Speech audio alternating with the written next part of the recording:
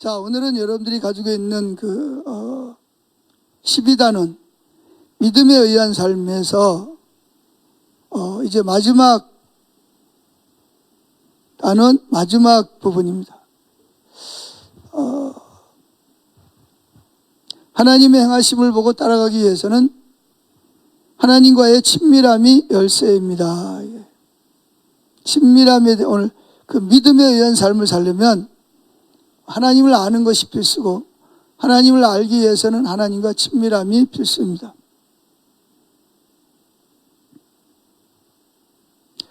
자, 그래서 믿음에 의한 삶을 살려면 하나님 자신과 하나님의 목적과 하나님의 길을 알아야 하는데, 그렇게 하나님 자신과 하나님의 목적과 하나님의 길을 알려면 하나님과의 친밀한 관계가 필수죠. 왜냐하면 하나님은 누구에게 하나님 자신과 목적과 길을 계시하신다 그랬냐 하면 하나님을 경외하는 사람이, 다른 말로 하면 하나님과의 친밀함 가운데 거하는 자에게 하나님은 하나님 자신을 계시하시고 하나님의 목적을 계시하시고 하나님의 길을 계시하신다. 이렇게 성경은 말하고 있습니다. 뿐만 아니라 하나님께서 우리에게 하나님 자신과 하나님의 목적과 길을 계시하시더라도 우리가 하나님과의 친밀한 교제 가운데 있지 않으면 우리는 그걸 믿음으로 따라갈 수가 없어요.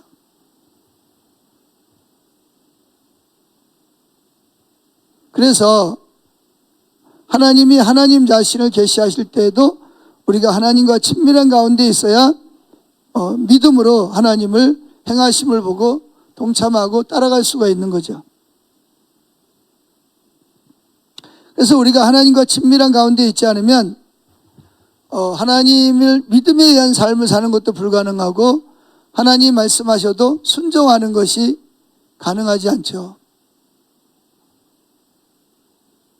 그거 어떻게 알고 순종을 하겠어요? 순종했다가 이게 하나님 뜻이 아니면 어떡하고, 순종했다가 잘못되면 어떡하고. 그러니까 하나님을 알지 못 친밀한 가운데 있지 않으면 하나님 말씀하셔도 온전한 순종과 또 전적인 신뢰가 가능하지 않다는 거죠.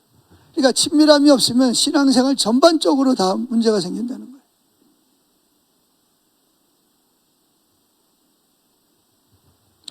자, 거기 두 번째 단원에 보면, 그래서 성경에 나오는 친밀한 단어를 한번 살펴보면 필요합니다.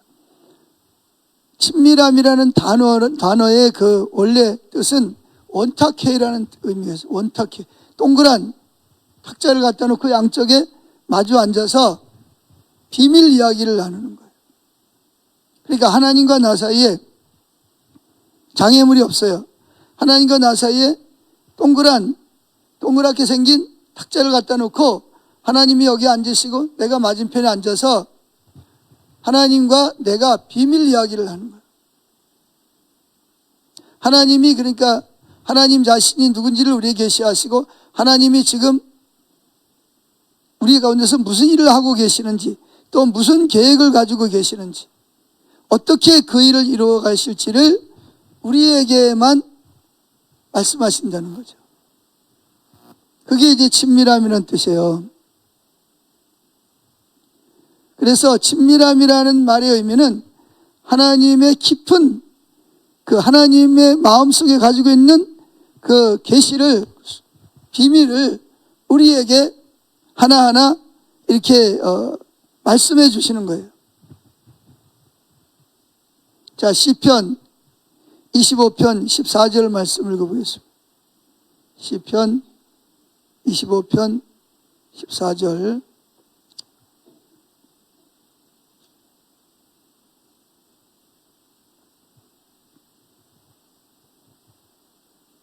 다 같이 읽어보겠습니다. 여호와의 친밀하심이 그를 경외하는 자들에게 있으며 그의 언약을 그들에게 보이시리로다. 15절. 내 눈이 항상 야훼를 바라보면 내 발이 그물에서 벗어나게 하실 것이미로다. 이렇게 말하고 있습니다. 그러니까 여호와의 친밀하심이 누구에게 있다고요? 그를 경외하는 자에게 있으며, 경외한다는 말은 15절에 내 눈이 항상 야훼를 바라본다는 것이죠. 그러면 그물에 걸리지 않고 걸리더라도 거기서 빠져나오게 하신다는 거예요. 즉 세상 사람, 사단이 세상 사람 통해서 우리를 속이고 우리를 함정에 빠뜨리고 우리를 밀어 넣을지라도 하나님을 친밀한 가운데 있는 사람들은 거기서 하나님이 올무에 걸리지 않고 거기서 나오게 하신다는 거죠. 근데 여기 친밀함이라는 단어는 영어 성경에 보면 시크레트라는 말은 이제 비밀,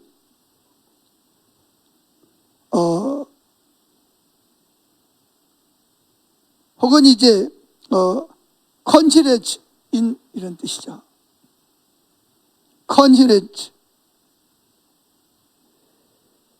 자, 그런데 이제 비밀을 나누다 그런 뜻이에요. 그러니까 친밀함이 무슨 뜻이라고요? 비밀. 다른 사람에게 이야기하지 않는 이야기를 하는 거예요. 그리고 비밀 이야기를 나누다. 이게 바로 친밀함이라는 뜻의 의미예요. 그러니까 누구랑 비밀 이야기를 나누는 거죠? 여러분은 누구랑 비밀 이야기를 하세요? 아무한테나 붙잡고 비밀 이야기를 하나요? 여러분 아무나 붙잡고 내 사정 이야기하고 내가 누구고 내가 무슨 일을 하려고 그러는지 다 이야기하나요? 안 합니다. 근데 누구하고 하죠? 친한 사람한테. 뭐 부부지간이든지 아니면 뭐 친한 사람에게 내 마음속에 가지고 있는 속 이야기를 하는 거예요. 내가 이런 일을 할 거야. 이렇게. 일을 어떻게 언제 어떻게 할 거야. 라고 비밀 이야기를 하는 거죠. 그래서 친밀함이라는 뜻의 의미가 뭐냐? 친밀함이라는 말은 비밀 혹은 비밀 이야기를 나누다.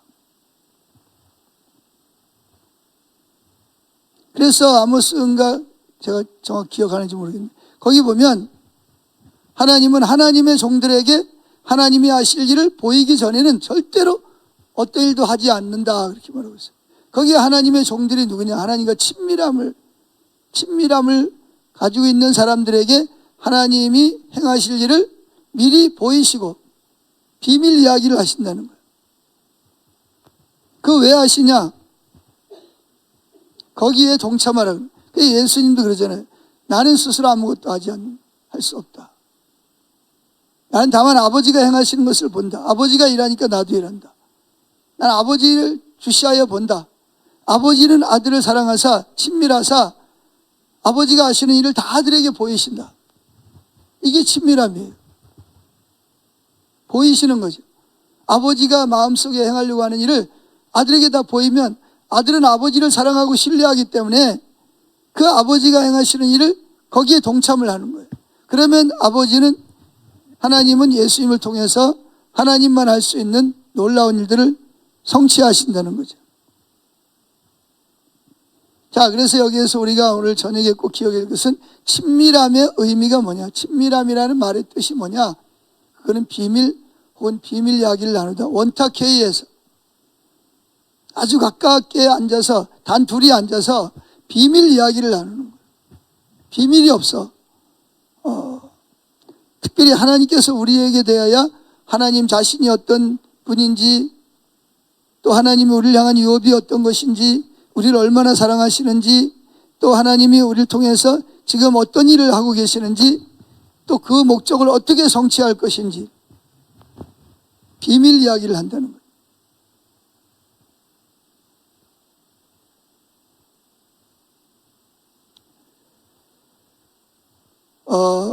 자, 이제 에레미야 23장 18절에도 한번 읽어보겠습니다. 자, 에레미야 23장 18절.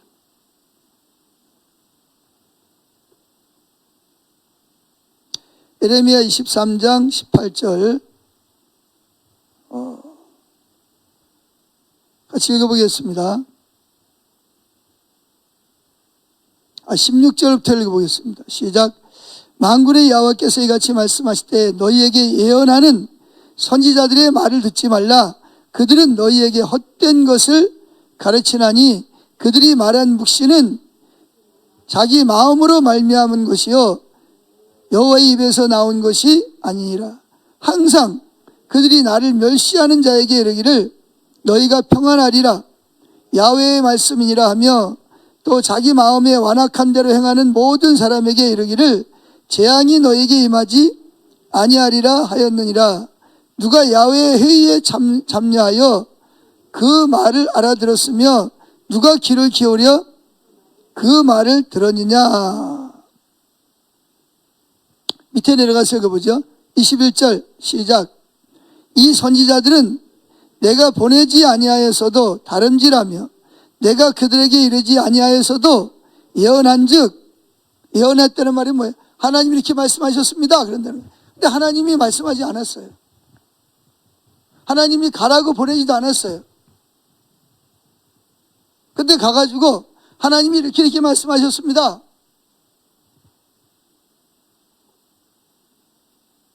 하나님이 이렇게 하라 그랬습니다. 이렇게 말한다는 거죠. 21절을 다시 보세요. 이 선지자들은 내가 보내지 아니하였어도 뭐예요? 다른 부지런히 달려가서 내가 그들에게 이르지 아니하였어도 하나님이 이렇게 말씀하셨습니다. 이렇게 말한다. 22절이 중요합니다. 시작. 그들이 만일 나의 회의에 참여하였더라면 내 백성에게 내 말을 들려서 그들을 악한 길과 악한 행위에서 돌이키게 하였으리라. 그 선지자들이 만일 나의 회의에 회의라니 나와 친밀한 교제를 나눴더라면 그런 이야기죠. 근데 이들은 하나님과 친밀함이 없다 보니까 하나님이 가라 소리도 안 했는데 갔어. 하나님이 보냈다고 온 거예요. 하나님이 말씀하지도 않았는데 하나님 말씀했다라고 말하는 거예요.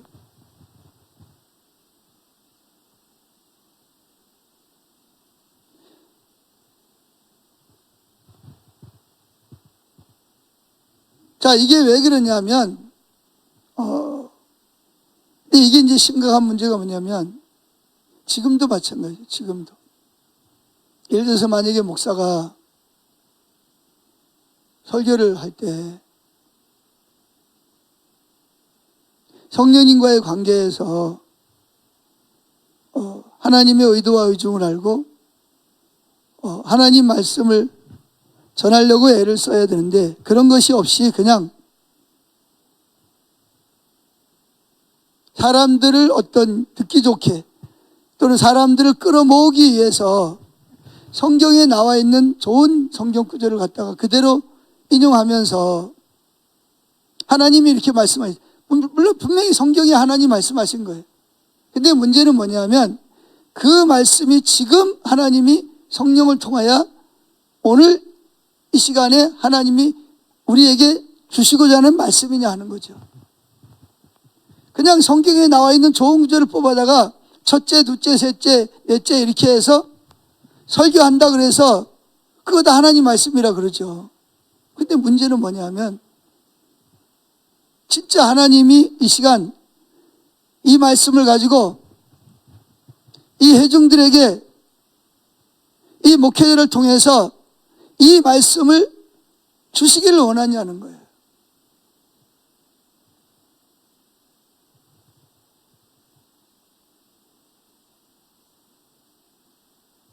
하나님은 그 말씀을 주시도 않았고 또 나를 또 거기 보내지도 않았는데 하나님 나를 보냈다고 그러고 하나님이 이렇게 말씀하셨다. 당연히 성경에 나와 있는 말씀을 가지고 하지만 그 중에서 내가 보기에 좋은 성경 구절들을 뽑아서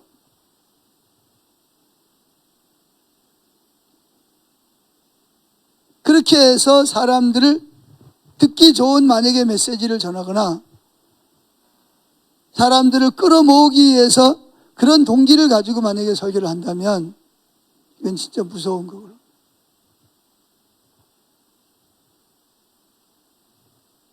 이 진짜 무서운 거. 저 자신부터가 정말 심각한 문제입니다. 그래가지고 사람들을 많이 끌어모으고 그래서 뭐 여러 가지 많은 일을 했다고 합시다. 근데 하나님 보시기에는 그게 무슨 일이에요? 그건 인본주의적인 방법으로 하나님하고는 상관없이. 안 믿는 사람도요, 대기업도 하고요, 대통령도 하고요, 국무총리도 하고, 인기 배우도 될 수 있고, 소설가도 되고, 작가도 되고, 얼마든지 할 수 있어요.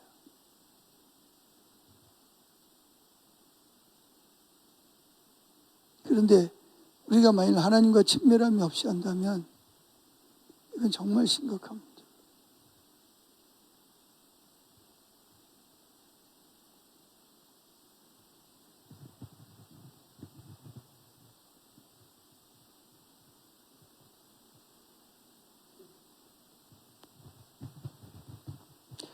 결국은 누가 되냐 하면 거짓 선지자가 됐습니다. 지금 에레미야는 하나님께서 제일 먼저 보여준 게 뭐죠? 북쪽에서 남쪽으로 큰 가마솥에 기름을 펄펄 끓는데 그 기름이 남쪽을 향해서 기울어져 있어요. 쏟아지고 있는 거예요. 이게 뭐죠? 하나님의 지금 하나님 백성들을 향해서, 즉 바벨론, 북쪽에 있는 바벨론을 끌어다가 남유다를 뭐 하겠다는 거예요? 점령하게, 심판하시겠다는 거죠. 그래서 결국은 3차에 걸쳐서 이스라엘 백성, 유다 백성들이 포로로 잡혀갔어요.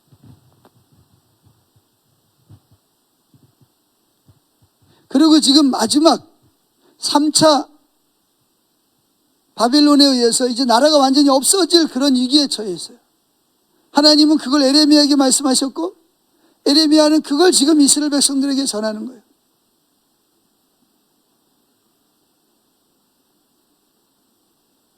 그래서 뭐라 그러냐? 바벨론에 대항하지 마라.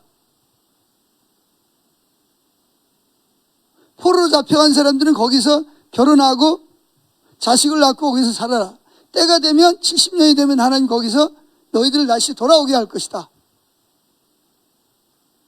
그리고 이제 현재 있는 그 종교 지도자들과 백성들에게 이제라도 너희들이 더 이상 악을 행하지 말고 우상 숭배하지 말고 하나님께 돌아오면 하나님 이제라도 너희를 용서할 것이다. 근데 만일 너희가 회개하고 돌아오지 않으면 결국은 바벨론에 의해서 나라가 멸망당하고 너희는 다 포로 잡혀가고 유다 나라는 완전히 없어져 버리고 말 것이다. 듣기 좋아요? 싫어요? 이스라엘 백성들 입장에서 듣기 좋아요? 나빠요? 엄청 기분 나쁜 얘기예요. 이스라엘 백성들 입장에서는.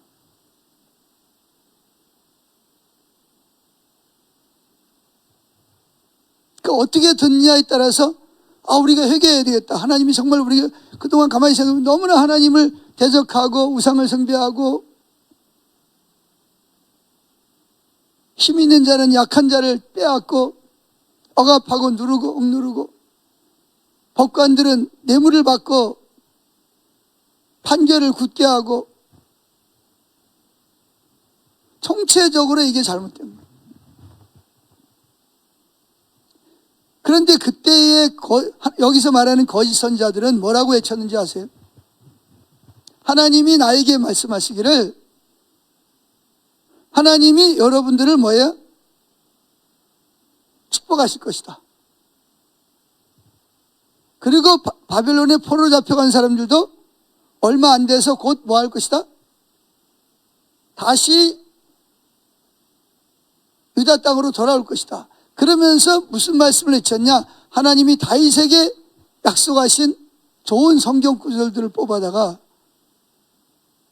유다 백성들에게 설교한 거예요. 그럼 여러분이 만약에 입장에서 에레미야가 외친 말씀과 거짓 선지자들이 외친 말씀 누구 말을 더 잘 받아들이겠어요? 누구 만약에 교회가 두 개가 있다 그럽시다. 하나는 에레미야처럼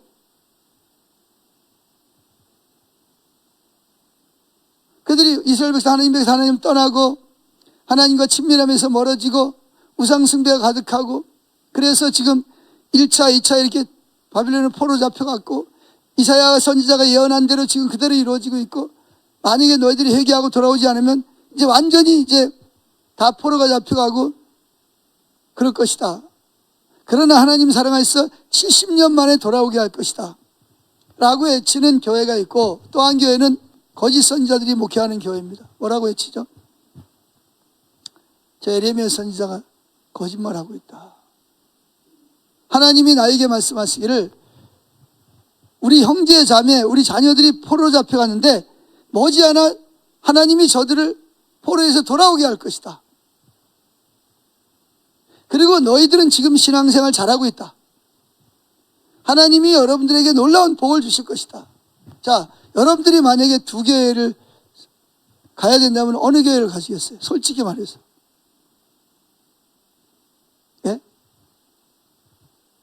어느 교회가 더 부흥하고 어느 교회가 부흥하지 않을 것 같으세요? 근데 한쪽 교회는 하나님이 여기 뭐라 그랬어요? 16절 만군의 여호와께서 이같이 말씀하실 때 너희에게 예언하는 선지자들의 말을 듣지 말라. 그들은 너희에게 헛된 것을 가르치나니 그들이 말한 묵시는 어디서 나온 거다? 묵시라는 게 뭐예요? 예언, 그들이 말하는 설교는 하나님에게서 나온 것이 아니라 누구에게서? 자기 마음에서 말미암은 것이요 여호와의 입에서 나온 것이 아니니라. 그러면서 뭐라 그러냐? 항상 그들이 그들이 누구냐? 거짓 선자들이 나를 멸시하는 자들에게 이르기를 너희가 평안하리라.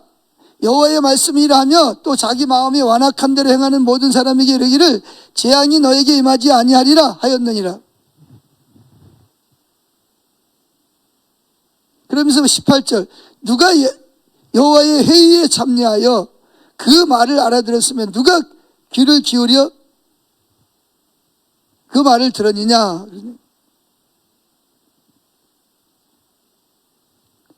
21절에 보면 이 선지자들은 내가 보내지 아니하였어도 다름질하며 내가 그들에게 이르지 아니하였어도 예언하였은즉 그들이 만일 나의 회의에 참여하였더라면 즉 친밀한 가운데 있었더라면 내 백성에게 내 말을 들려 그들을 악한 길과 악한 행위에서 돌이키게 하였으리라.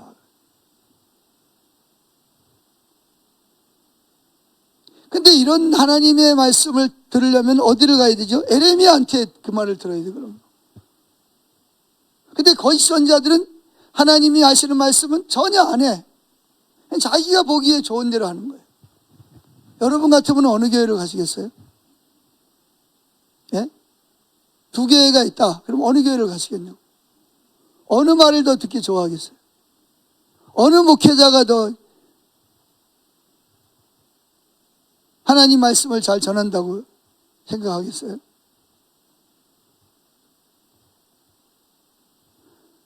여러분, 이 영적인 시점은요, 옛날이나 지금이나 똑같아요. 앞으로도 마찬가지고요.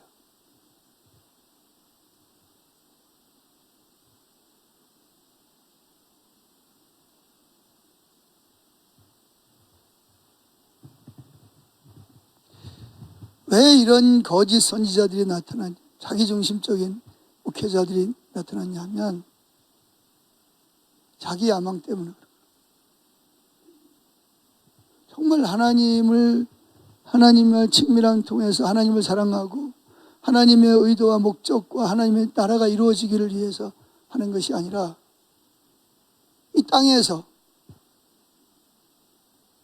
그저 어찌하든지 사람들이라도 많이 끌어모아가지고 재정이 많아지고 또 주님과 상관없이 많은 또 사역을 하고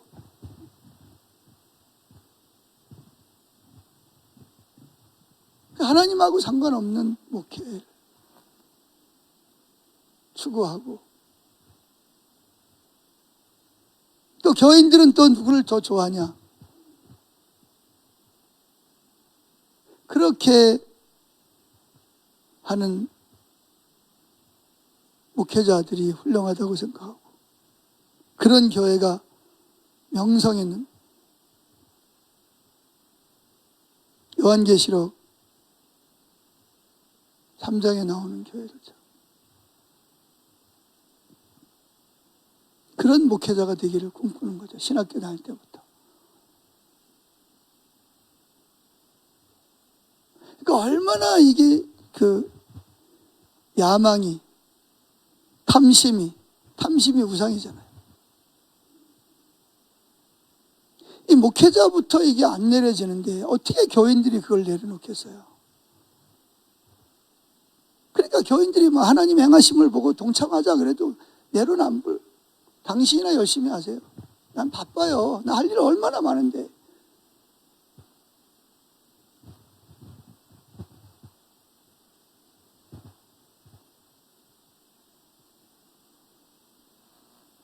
그러면서 직분 안 준다고 교회를 떠나고 다른 교회로 가고.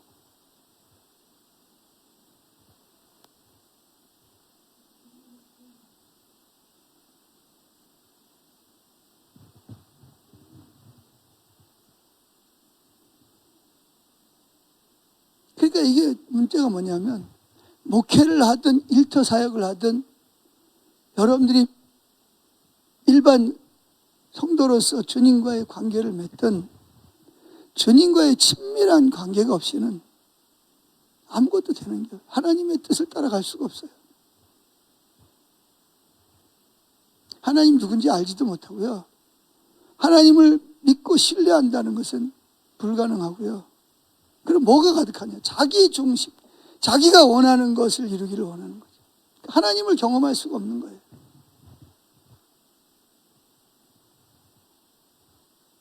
하나님의 목적은 성취되지 않는 거죠. 자, 우리 출애굽기 한번 찾아보세요. 출애굽기 14장 6절부터 14절.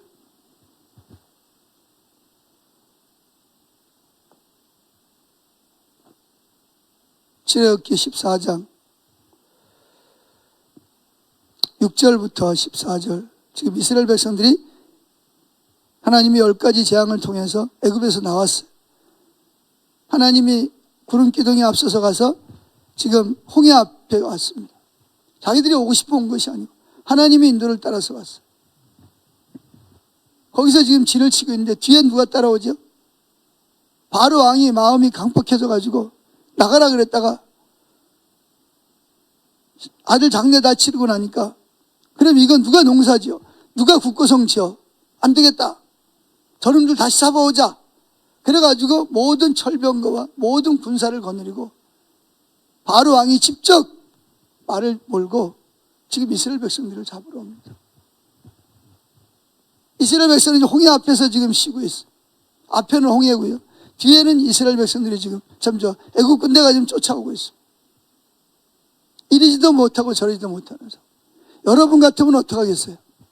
하나님의 인도를 따라왔다니까요. 자기가 오고 싶어서 온 것도 아니에요. 여러분 같으면 어떡하겠어요?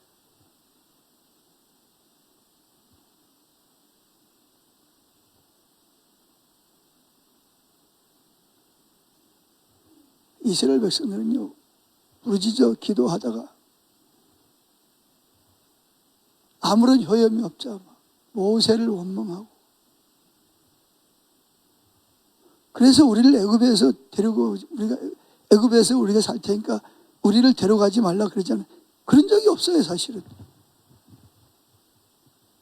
애굽에서 애굽 바로 왕이 너무 억압을 하니까 하나님 살려달라고 막 얼마나 기도를 했는지, 그 기도가 하나님께 상달되어서 하나님이 그 기도를 들으시고 모세를 보내신 거잖아요.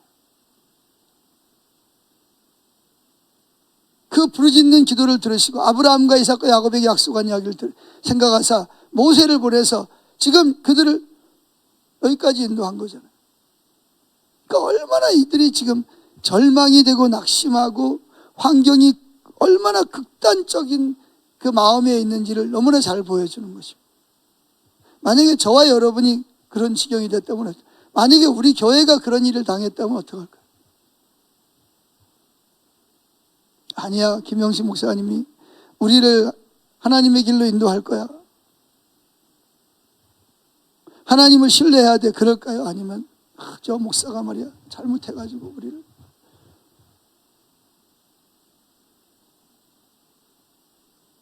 결국은 저들이 오면 우리가 또 붙잡혀가거나 아니면 칼에 죽을 텐데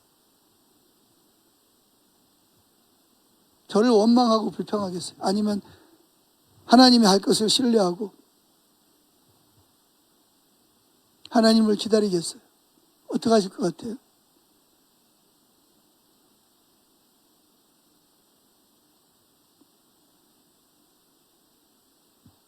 자, 읽어보겠습니다.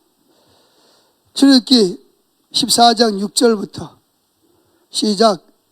바로가 곧 그의 병거를 갖추고 그의 백성을 데리고 갈새 선발된 병거 600대와 애굽의 모든 병거를 동원하니 지휘관들이 다 거느렸더라. 여호와께서 애굽 왕 바로의 마음을 완악하게 하셨으므로 그가 이스라엘 자손의 뒤를 따르니 이스라엘 자손이 담대히 여기 보면 이스라엘 백성이 어떻게 나갔다고요?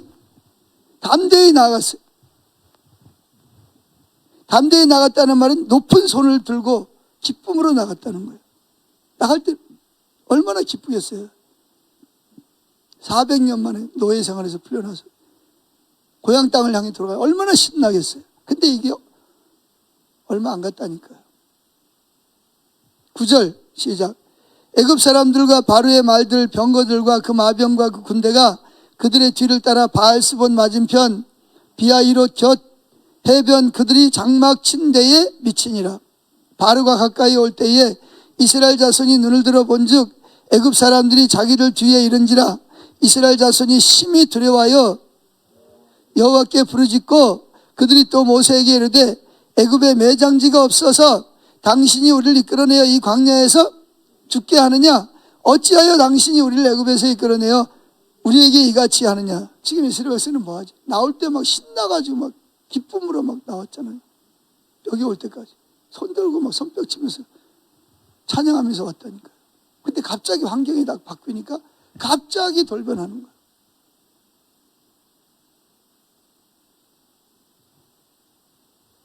왜? 뒤에 지금 마병과 병거들과 군사들이 지금 먼지를 뽀얗게 일으키면서 쫓아오고 있거든요. 얼마나 두려웠겠습니까?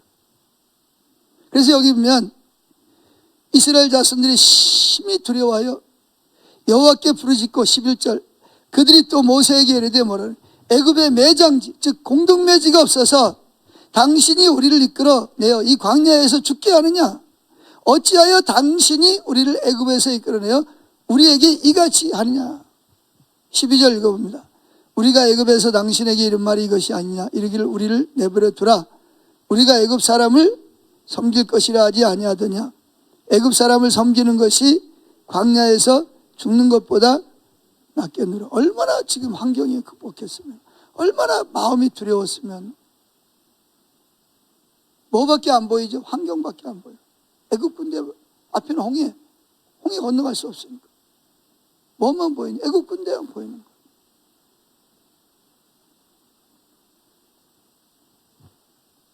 그런데 모세는 뭐라 그러죠? 자, 지금 이 입장에서 누가 더 급박할까요? 누가 더 힘들까요? 모세일까요? 이스라엘 백성일까요? 모세는 리더입니다. 백성이 만약에 잘못되면 모세가 잘못되는 것보다 더 큰 힘든 과정이 되는 거예요. 자, 이거 보죠. 13절. 근데 모세는 이스라엘 백성과 전혀 다른 말을 합니다. 시작. 모세가 백성에게 이르되 너희는 두려워하지 말고 가만히 서서 여호와께서 오늘 너희를 위하여 행하시는 구원을 보라. 오늘 너희를 위하여 행하시는 구원을 보라. 오늘 너희가 본 애굽 사람을 영원히 다시 보지 아니하리라. 여호와께서 너희를 위하여 싸우시리니 너희는 가만히 있을지니라. 자, 이스라엘 백성들은 지금 아우성을 치고 있습니다. 모세를 향해서 막 원망하고, 우리가 거기에서 고센 땅에서 죽으면 죽을 묘지가 없어가지고 우리 여기를 이끌어내가지고 우리를 죽게 만들려고 여기를 이끌어냈냐? 사람이요, 평소에는 참 신실하고 좋고 정말 젠틀한 것 같은데 막상 위기에 닥치면요,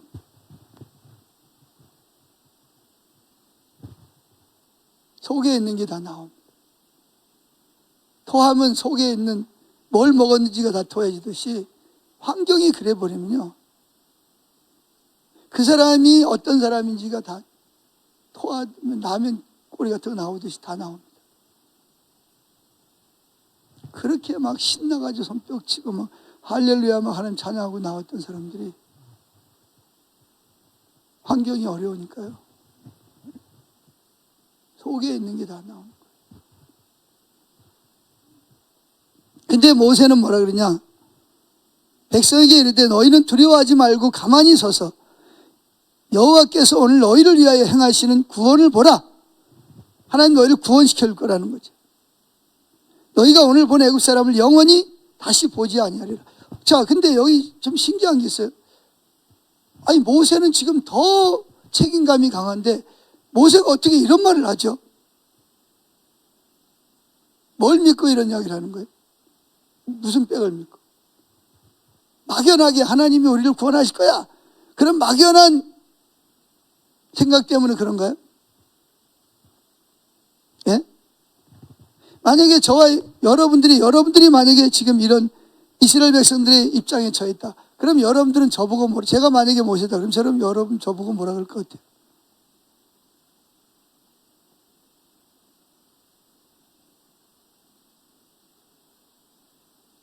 저보고 뭐라 그럴 것 같아요?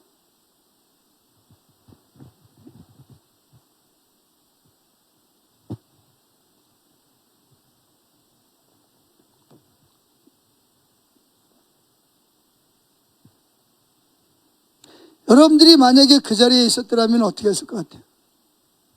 근데 모세는 전혀 다르게 생각해요. 왜 그러냐?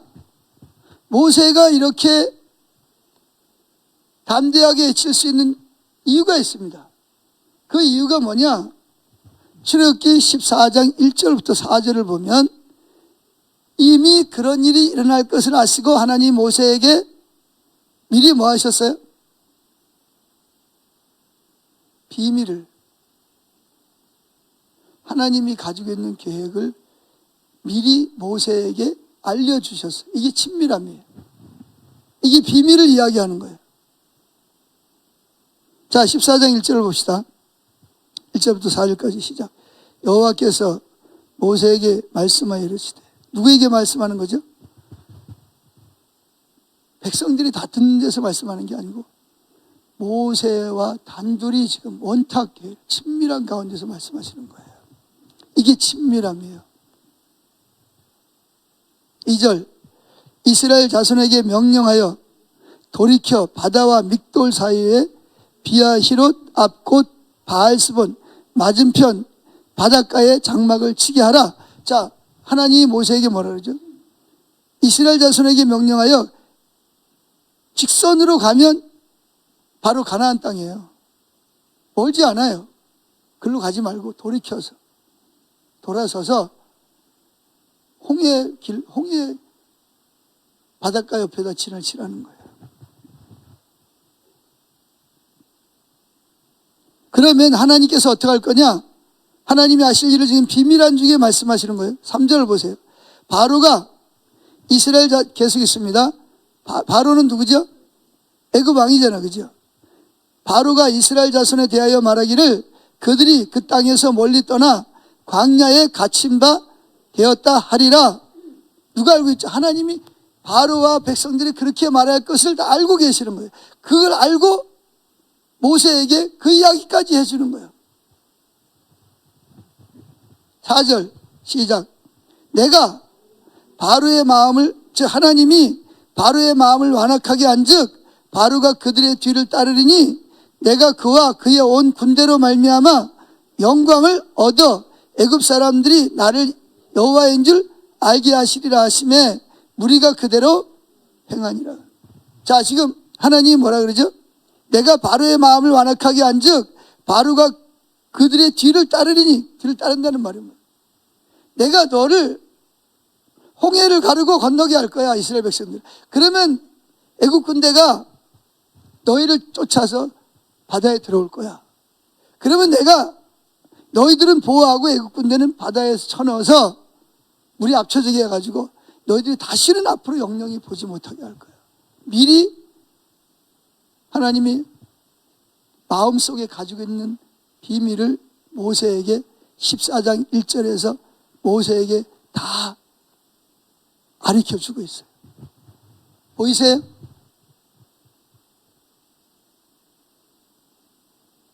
하나님이 지금 모세를 붙잡고 앉아가지고 이러이러한 일이 일어날 거야. 그리고 바로 왕이 마음 내가 강팍해 하면 그들이 정탐꾼을 통해서 어디든지 알아봤더니 홍해 가운데 갇혔더라. 사마에 갇혔더라. 정보를 들었어요. 그래서 그 바로 왕이 직접 철병거와 많은 군인들을 이끌고 그들을 쫓아오면 그들은 꼼짝없이 다시 주동자들은 칼에 죽을 것이고 백성들은 다시 애굽으로 데리고 와서 옛날보다도 혹독하게 노예 생활을 시킬 거야. 그런 생각을 가지고 쫓아올 거를 하나님이 누구에게 아직 일어나지도 않은 일을 모세에게 비밀한 일을 다 비밀이 다 이야기해 주는 거예요. 이걸 친밀함이라고 말하는 거예요.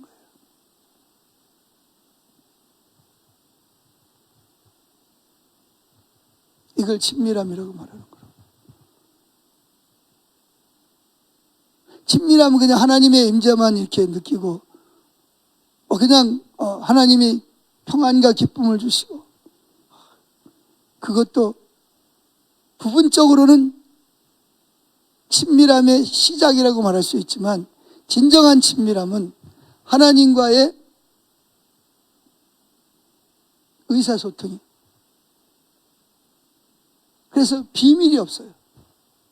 나도 하나님께 비밀이 없지만 하나님도 하나님이 하시고자 하는 일을 나에게 다 말씀해 주시는 거예요.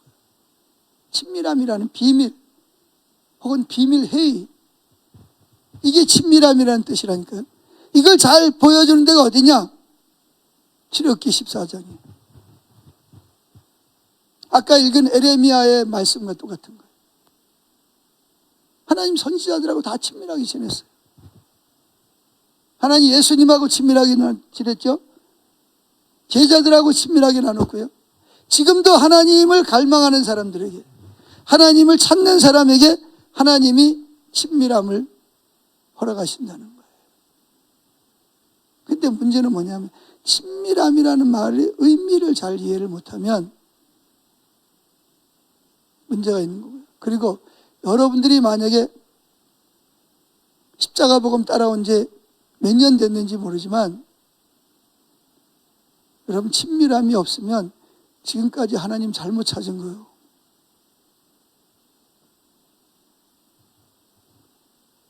잘못 찾았다고. 신앙생활 잘못한 거예요. 지금부터 다 파토하고 다시 시작해야 돼. 다시 하나님 찾기 시작해야 돼.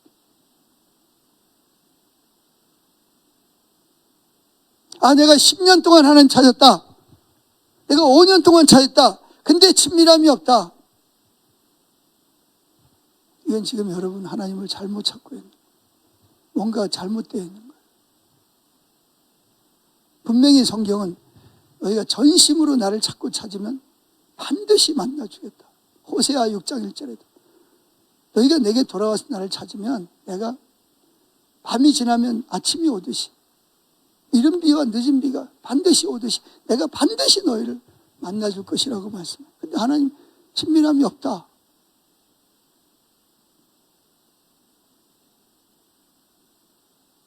이건 정말 우리가 심각한 거죠. 지금 예수님은 지금 새하늘과 새 땅이 다가오고 있는데 친밀함이 뭔지도 모르고 친밀함도 없이 그냥 열심히 목회한다고 그냥 뭐 주일날마다 뭐 새벽마다 뭐 열심히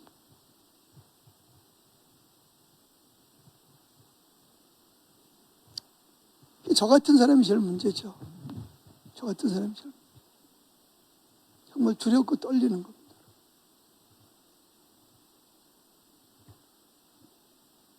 친밀함도 없어요. 아니, 친밀함이 뭔지도 몰라요. 친밀함을 구하지도 않아요.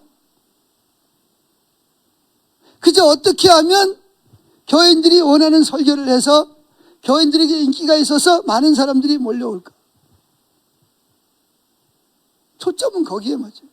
교회 성장, 사역의 확장. 그 뒤에는 누가 있냐? 자기 야망이 있는 거죠. 자기가 있는 거예요. 내가 전사 너무 고생 많이 했어. 먹지도 못하고 입지도 못하고 애들 데리면 공부도 못 시키고 학원도 못 보내고 이제 뭔가 내가 열심히 해서 뭔가 좀 내가 좀 본때 있게 좀 보상을 받아야지. 그런 마음 가질 수 있죠. 그러나 그것이 잘못된 것을 인정하고 회개하고 정말 하나님을 추구하지 않으면서 계속 그렇게 목회를 하거나 그렇게 신앙생활을 한다면 정말 심각한 거죠. 정말 심각한 겁니다.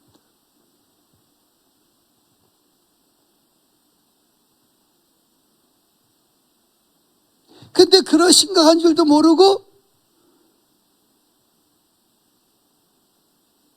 시간은 계속 흘러가. 벌써 7월 중순이야. 벌써 1년이 절반이 지났어. 앞으로도 뭐 그냥 그렇게 하는 거지 뭐. 그러고 지나갔어. 또 1년 지나갔어. 또 2년 지나가. 그러다 나이 허해가지고 이제 은퇴하고 이제 뭐 치매에 걸려가지고 왔다 갔다 하고 뭐 그러다가 이제 하는 나라가. 그럼 어떡할 거야 그러면. 그저 자기만을 위해서 자기 자식 자기 유익을 위해서 교회 안에서도 자기 어떤 그 유익만을 위해서 그냥 신경질 부리고 화내고 자기 유익을 취하고 자기 마음에 안 들면 뭐 그냥 그거 하고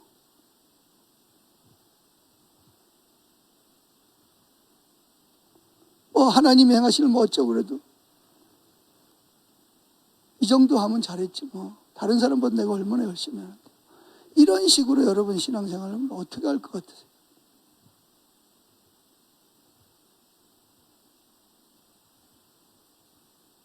자, 오늘은 주제는 친밀함이에요. 모세가 그랬고 하나님이 참자 아브라함이 그랬고 다윗이 그랬고 모든 성경에 나오는 사람들은 하나님과 친밀함이 있었어요.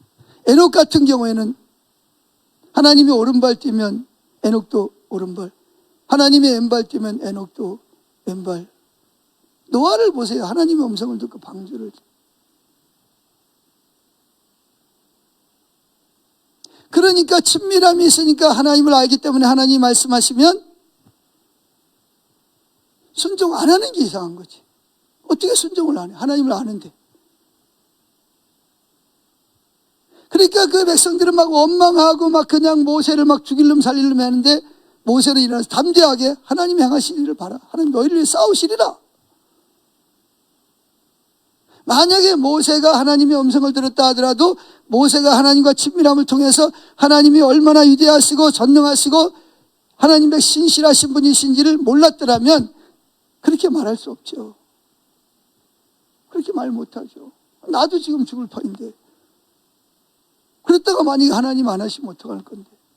믿어지지 않으면 못하는 거예요. 근데 모세는 뭐예요? 담대하게 외치는 거죠.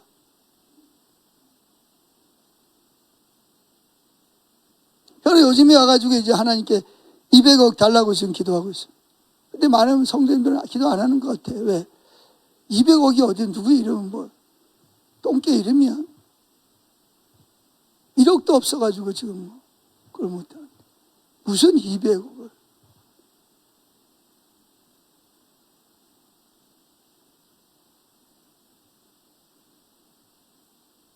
그러니까 이게 하나님을 모르니까. 하나님이 만약에 200억 준다 그래도 우리가 뭐 해야 돼요? 이사야 62장 6절 7절 말씀이죠. 파수꾼을 세워서 하나님으로 쉬지 못하시게, 하나님으로 기억하시게 하는 자들이 돼요. 하나님 이렇게 말씀하셨습니다. 그 약속을 성취하시옵소서. 그래서 하나님 영광을 받으시옵소서. 이렇게 기도해야지.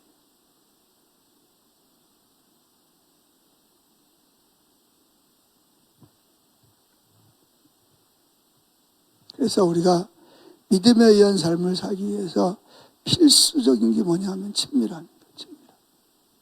친밀함은 하나님과 하나님이 오셔서 나에게 비밀 이야기를 하셔야 될 만큼 하나님과 친해지는 거예요.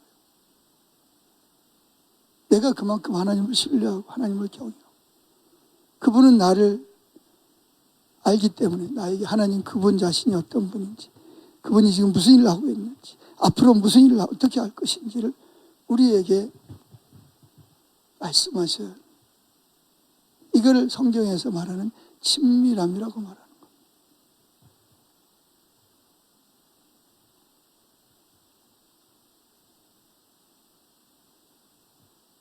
그래서 친밀함이 있어야 모든 걸 걸고 하나님 말씀하시면 순종하고 따라갈 수가 있어요. 그러니까 많은 사람들이 다 자기중심적으로 하잖아요. 하나님께 주권을 드리지 않아요. 아담과 하와가 선악과 따먹은 것처럼 자기 하나님이 되려고, 자기가 하고 싶은 대로 하려고 하나님 말씀하셔도 전적인 순종을 안 하죠. 전적인 주도권을 하나님께 안 드린다. 교회에서도 그렇고 가정에서도 그렇고 일터에서도 하나님이 뭐라고 말씀하시냐 그거 상관없어요. 내 기분이 좋으냐 나쁘냐, 내 감정이 상했냐 아니면 좋으냐, 거기에 따라서 반응을 하는 거지. 하나님이 지금 내 안에서 무슨 일을 하기를 원하시냐 이거 상관없잖아요. 이게 무슨 신앙생활이에요. 이건 종교생활 하는 거. 물론 그렇다고 100% 우리가 그렇게 하나님 나라가 내 삶에 이루어져서 하나님의 통치가 이루어지고 그렇지 못해요. 그러나 마음 중심에서는 그렇게 하려고 결단하고, 그러지 못하는 것 때문에 안타까워서 얘기하고, 그래서 그렇게 살게 해달라고 은혜를 구하고. 하나님은 우리 마음을 보시잖아요. 그러면 하나님이 우리가 하나님 보시기 아름다운 거예요. 내가 비록 넘어지고 쓰러질지라도 마음 중심은 정말 주님 뜻대로, 주님 말씀대로 행하고 싶거든요. 또 그렇게 결단했고 또 그렇게 하려고 그래요. 근데 우리가 영적으로 어려서 못하는 거지. 근데 그게 아니라 아예 처음서부터 하나님께 주권을 드린 적이 없어. 주도권을 하나님께 드린 적이 없어. 그런 사람하고 하나님께 주도권을 드렸어요. 그리고 결단했어요. 그런데 하다 보니까 어려서 연약해서 실수하고 넘어지는 거하고 아예 한 번도 처음부터 하나님께 내 주도권을 내어드린 적이 없어. 이거하고는요 전혀 다른 거예요. 아가서에서 말하는 하나님이 아름답다는 말은 진짜 하나님께 모든 주권을 드리는 거죠. 하나님 말씀하시면 순종하려고 그러는 거예요. 누가 뭐라 그래도, 세상이 어떻게 살아도. 그런데 연약하니까 넘어지고 쓰러지죠. 근데 하나님은 여전히 날 아름답다고 사랑스럽다고. 이 말을 잘 이해를 잘해야 됩니다. 근데 아예 처음서부터 내 주도권을 하나님께 드린 적이 없어. 그런 사람은 아가서가 해당이 되는 게 아니고요. 제일 먼저 해야 될 일이 뭐죠? 내 주도권을 하나님께 드려야 돼. 그걸 다시 시작해야 되거든요, 신앙생활.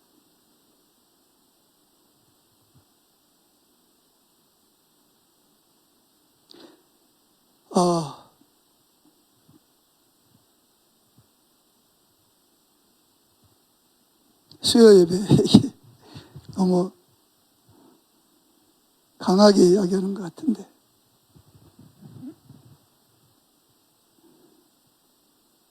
사실 어떤 면에서는 저보고 하는 얘기예요. 저 자신 보고. 내가 과연 얼마나 하나님과 친밀한 가운데서 목회를 하고 있나.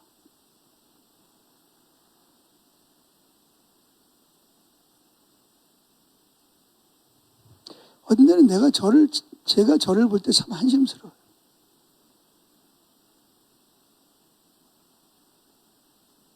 정말 주님 뜻대로 살겠습니다. 그러고 아침에 일어나자마자 하나님 십자가 붙잡고 밑에 들어가고, 근데 어느 순간에 살다 보면 벌써 내가 하고 싶은 대로 하려고 그러고 내 감정대로 하려고 그러고, 그게 비춰지면 막 너무 힘든 거예요. 하나님 앞에 정말 죄송하고,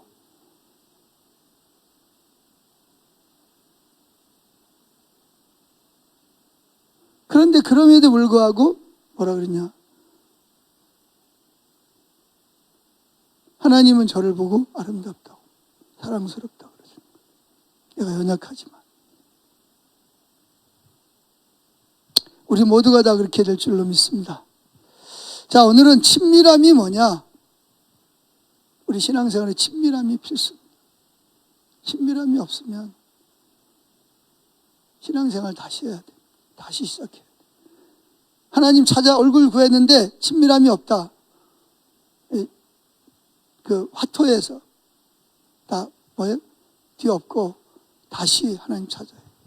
친밀함이 뭐냐부터 시작해서 하나님 찾는다는 말이 무슨 말인지, 어떻게 찾아야 되는지.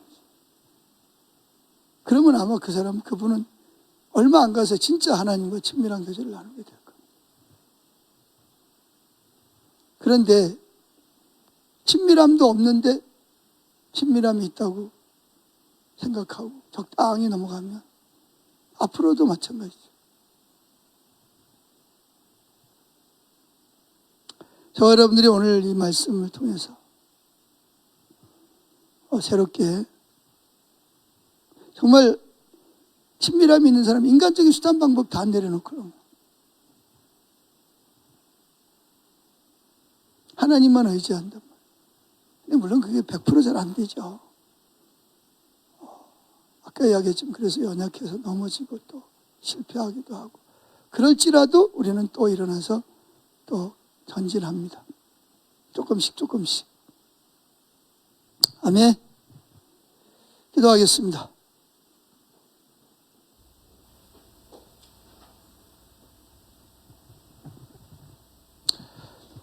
네, 주님, 오늘 우리가 믿음에 의한 삶을 사는데 마지막으로 가장 중요한 요소는 친밀함입니다. 친밀함은 앞으로 일어날 일들, 두렵고 떨리는 일들, 백성들이 아우성칠 일들을 하나님은 미리 모세에게 오셔서 나는 이런 하나님이야.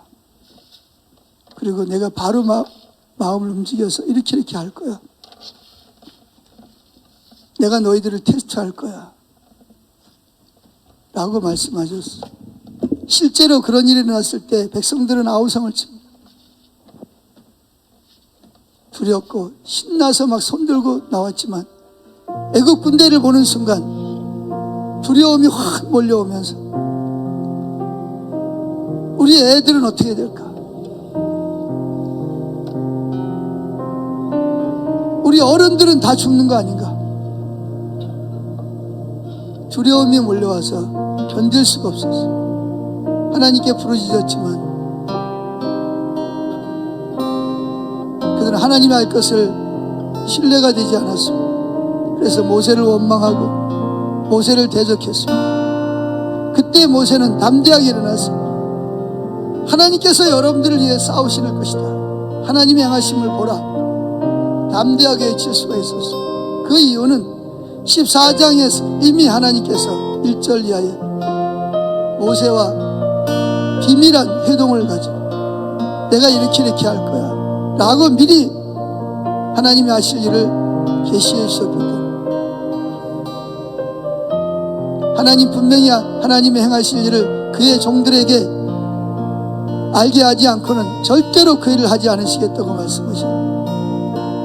즉 친밀한 사람들에게 하나님이 하실 일을 분명히 보여주지 않고는 어떤 일도 하지 않으시겠다고 말씀하셨습니다. 실제로 선지자들에게 그렇게 말씀하셨습니다.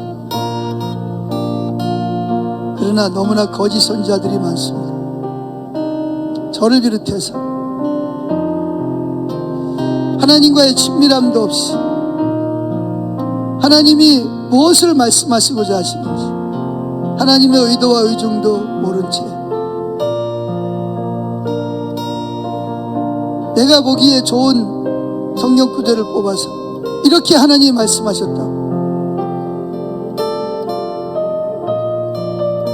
아무렇지도 않게 두렵고 떨리는 마음도 없이 외치는 오늘날의 수많은 목회자들을 불쌍히 여겨주시고 자신들이 지금 무슨 일을 하고 있는지 모르는 가운데 있는 목회자들을 불쌍히 해주시고 또 교회의 중직자들 또 모든 성도님들 주님 깨어 일어나게 하여 주시옵소서. 잠자는 자여 이제 자다가 깰 때가 되었도다 말씀하고 있습니다. 밤이 깊고 낮이 가까웠으니 깨어 일어나라고 말씀하고 있습니다. 주여 우리 성령으로 잠자는 자들의 영혼을 깨워 주시옵소서. 우리를 통해서 우리 교회를 깨워 주시고 우리 주변에 있는 교회를 깨워 주시옵소서. 하나님의 부흥으로 임하시옵소서. 사랑합니다. 아멘. 각자 주님을 좀 찾으면 좋겠습니다. 정말 나는 친밀함이 있는가? 나는 친밀함을 알고 있었는가? 그리고 나는 정말 친밀함을 나누고 친밀한 가운데 하나님과 친밀한 교제를 나누고 있는가?